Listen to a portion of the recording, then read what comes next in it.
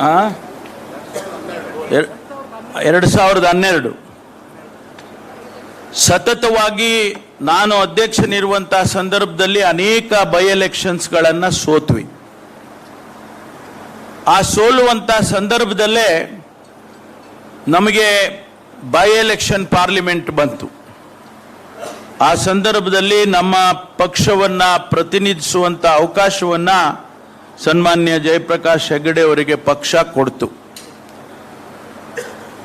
ಆ ಚುನಾವಣೆಯಲ್ಲಿ ಜಯಪ್ರಕಾಶ್ ಹೆಗಡೆ ಅವರು ಗೆದ್ರು, ಕಾಂಗ್ರೆಸ್ ಪಕ್ಷ ಗೆದ್ದಿತ್ತು. ಅದಾದ ಮೇಲೆ ಪ್ರತಿಯೊಂದು ಬೈ ಎಲೆಕ್ಷನ್ ಅನ್ನು ಕೂಡ ನಾವು ಗೆದ್ದುಕೊಂಡೇ ಬಂದ್ವಿ. 2013ರಲ್ಲಿ ನಾವೇನು ಸರ್ಕಾರ ನಮ್ಮದಾಗೋದಕ್ಕೆ ಅದು ಒಂದು ರೀತಿಯಲ್ಲಿ ಅಡಿಪಾಯ ಅಂಥೇಳಿ ನಾನು ಅಂದ್ಕೊಳ್ತೇನೆ. ಹಾಗಾಗಿ ಸನ್ಮಾನ್ಯ ಜಯಪ್ರಕಾಶ್ ಹೆಗಡೆ ಅವರೇ ಮತ್ತು ಸುಕುಮಾರ್ ಶೆಟ್ಟರು ಕಾಂಗ್ರೆಸ್ನಲ್ಲಿ ಮನಸ್ಥಿತಿ ಕಾಂಗ್ರೆಸ್ ಹಿಂದೆ, ನಿಮಗೆ ಟಿಕೆಟ್ ಕೊಡದೇ ಇರೋದಕ್ಕೂ ಕಾರಣನೂ ಕಾಂಗ್ರೆಸ್ ಹಿಂದೆ.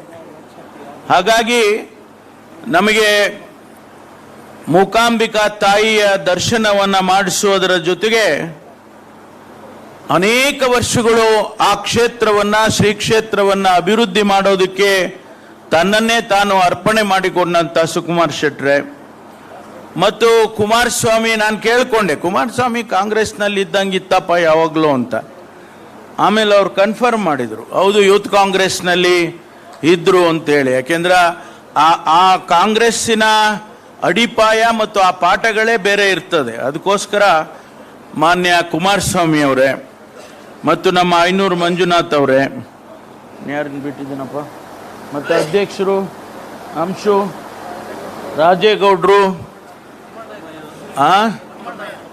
ತಮ್ಮಯ್ಯನವ್ರು ಇದ್ದಾರೆ. ಎಲ್ಲಿ ತಮ್ಮಣ್ಣ? ಹಿಂದಕ್ಕೆ ಹೋದ್ರೆ ಹೆಂಗಾಗ್ತದ್ರಿ?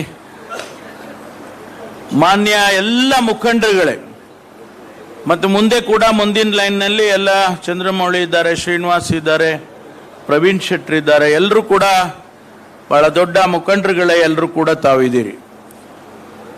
ಶಂಕರ್ ಅವರು ಬಹಳ ಚೆನ್ನಾಗಿ ಇವತ್ತಿನ ರಾಜಕೀಯ ಪರಿಸ್ಥಿತಿಯನ್ನು ವಿಶ್ಲೇಷಣೆ ಮಾಡಿದರು. ದೇಶದಲ್ಲಿ ಇವತ್ತು ರಾಜಕಾರಣ ಕವಲು ದಾರಿಯಲ್ಲಿದೆ. ಬಹುಶಃ ಸ್ವತಂತ್ರ ಬಂದ ಮೇಲೆ ರಾಜಕೀಯ ಈ ಪರಿಸ್ಥಿತಿಗೆ ಯಾವತ್ತೂ ಕೂಡ ನಮ್ಮ ದೇಶದಲ್ಲಿ ಹೋಗಿರಲಿಲ್ಲ. ಎಮರ್ಜೆನ್ಸಿಯನ್ನು ಡಿಕ್ಲೇರ್ ಮಾಡಿದಂತಹ ಸಂದರ್ಭದಲ್ಲಿಯೂ ಕೂಡ ಈ ದೇಶದಲ್ಲಿ ರಾಜಕಾರಣ ಇಷ್ಟೊಂದು ಕೀಳು ಪರಿಸ್ಥಿತಿಗೆ ಹೋಗಿರಲಿಲ್ಲ. ಇವತ್ತು ದೇಶದ ರಾಜಕಾರಣ ವಿಭಜನೆಯ ರಾಜಕಾರಣ ಆಗಿದೆ. ಸಂವಿಧಾನವನ್ನ ಗೌರವಿಸ್ತೇವೆ ಅಂತ ಹೇಳುವಂತ ಮಾತನ್ನು ಕೇಳಿದ್ದೇನೆ.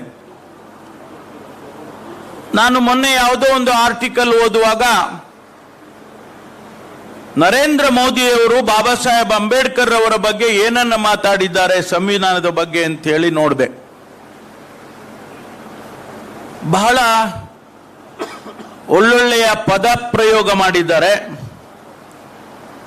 ಪ್ರಪಂಚದ ಯಾವುದೇ ದೇಶದಲ್ಲಿ ಇಲ್ಲದೆ ಇರತಕ್ಕಂಥ ಸಂವಿಧಾನ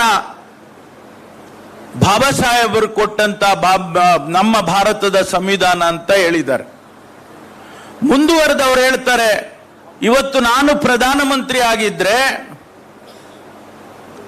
ಬಾಬಾ ಸಾಹೇಬ್ ಅವರೇ ಕಾರಣ, ಸಂವಿಧಾನವೇ ಕಾರಣ ಅಂತಕ್ಕಂಥ ಮಾತನ್ನ ಹೇಳಿದ್ದಾರೆ. ಈ ಮಾತನ್ನು ಹೇಳಿದವರು ಯಾರು ಅಂದ್ರೆ ನರೇಂದ್ರ ಮೋದಿ ಅವರು. ಆದರೆ ಅದಕ್ಕೆ ವಿರುದ್ಧವಾಗಿ ಇವತ್ತಿನ ದಿವಸ ಅವರು ನಡ್ಕೊಳ್ತಾ ಇದ್ದಾರೆ.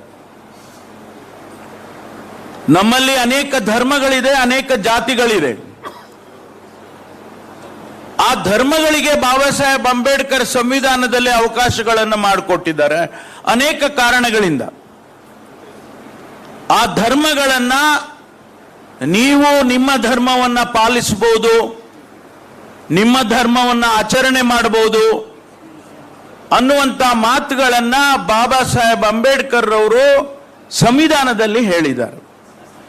ಅದನ್ನೇ ನಮ್ಮ ರಾಜಕೀಯ ವಾತಾವರಣ 75 ವರ್ಷವೂ ಕೂಡ ಪಾಲಿಸಿಕೊಂಡು ಬಂದಿದೆ. ಆದರೆ ಇವತ್ತಿನ ಪರಿಸ್ಥಿತಿ ಹೇಗಾಗ್ತಾ ಇದೆ? ಈ ದೇಶದಲ್ಲಿರ್ತಕ್ಕಂಥ ಅಲ್ಪಸಂಖ್ಯಾತರಿಗೆ ಯಾವ ಪರಿಸ್ಥಿತಿ ಇದೆ, ಯಾವ ಮನಸ್ಥಿತಿಗೆ ನಾವು ಅವರನ್ನ ತಳ್ತಾ ಇದ್ದೇವೆ? ಈ ದೇಶದಲ್ಲಿರ್ತಕ್ಕಂಥ ಬಡವರನ್ನ ಎಲ್ಲಿ ಯಾವ ಮೂಲೆಗೆ ತಳ್ತಾ ಇದ್ದೇವೆ? ಕಳೆದ 10 ವರ್ಷದಿಂದ ತಾವು ಗಮನಿಸಿರಬಹುದು, ಬಡತನ ನಿರ್ಮೂಲನೆಗೆ ಏನಾದರೂ ಒಂದು ರಾಷ್ಟ್ರೀಯ ಕಾರ್ಯಕ್ರಮ ಬಂದಿದೆಯಾ?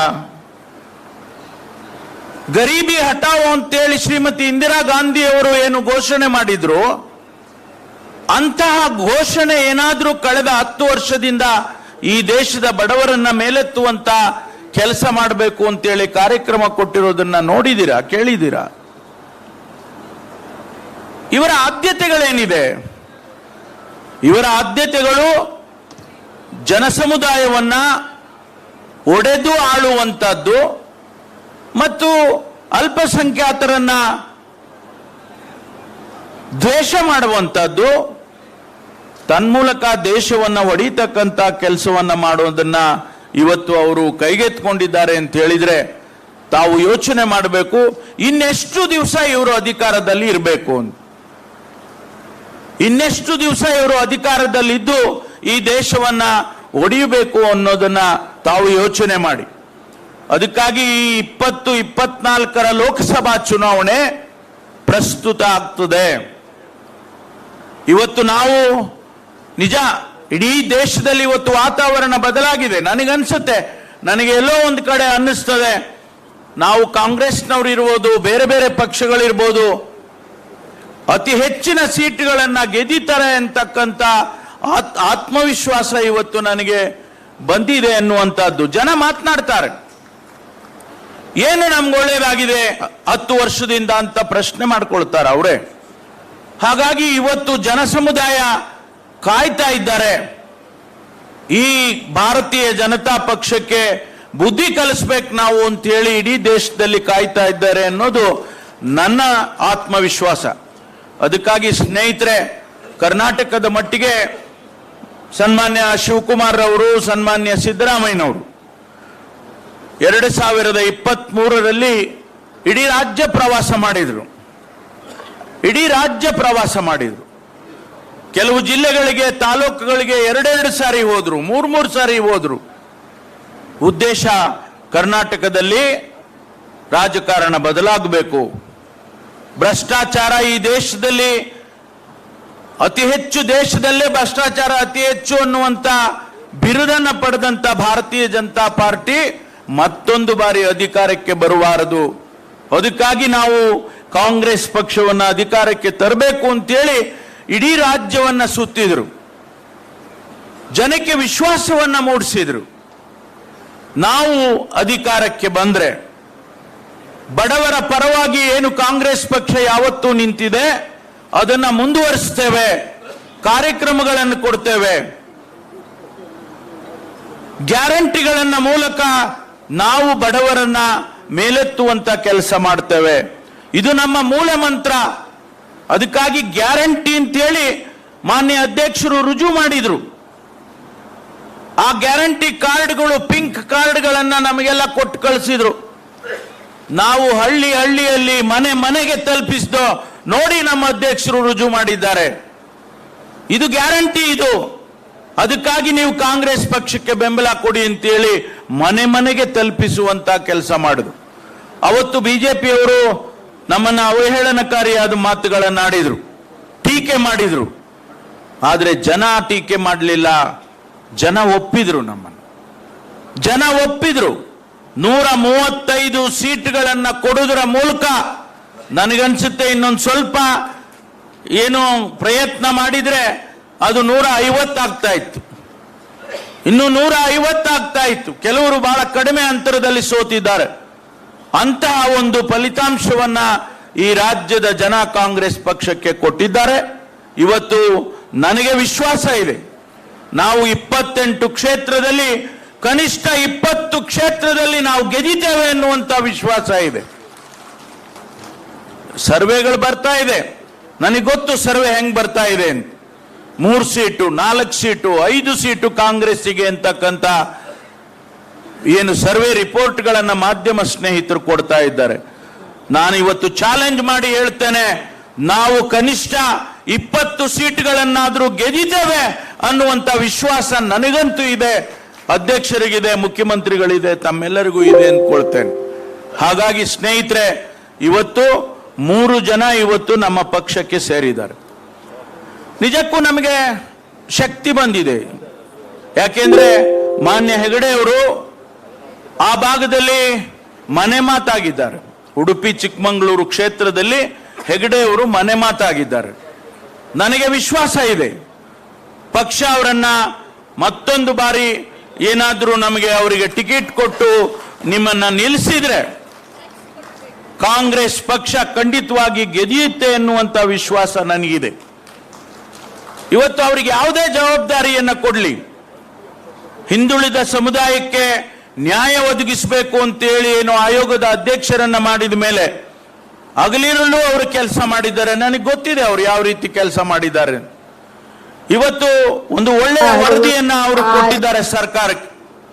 ಸರ್ಕಾರ ಸಂಪುಟಕ್ಕೆ ತಂದು ಅದನ್ನ ಜನಸಮುದಾಯಕ್ಕೆ ತಿಳಿಸುವಂತ ಕೆಲಸವನ್ನ ಮಾಡ್ತೇವೆ ಅಂತೇಳಿ ಈಗಾಗಲೇ ಮುಖ್ಯಮಂತ್ರಿಗಳು ಹೇಳಿದ್ದಾರೆ.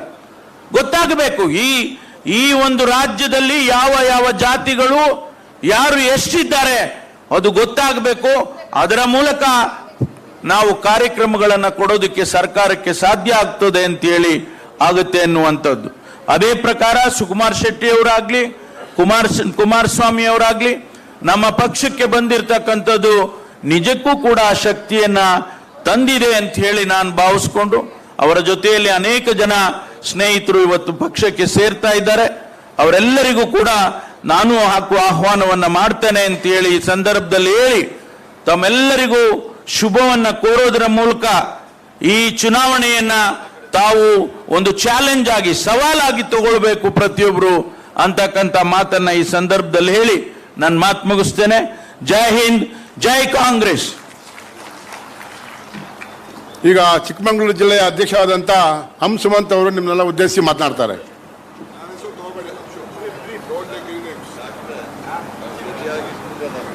ಎಲ್ಲರಿಗೂ ನಮಸ್ಕಾರ.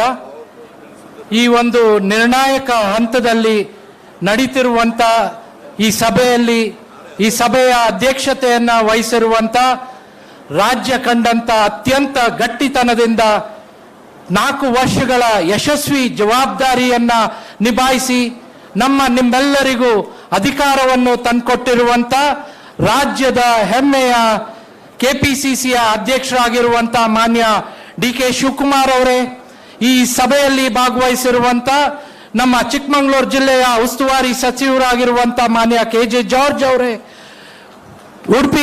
ಉಡುಪಿ ಜಿಲ್ಲೆಯ ಉಸ್ತುವಾರಿ ಸಚಿವರಾಗಿರುವಂತ ಶ್ರೀಮತಿ ಲಕ್ಷ್ಮಿ ಹೆಬ್ಬಾಳ್ಕರ್ ಅವರೇ,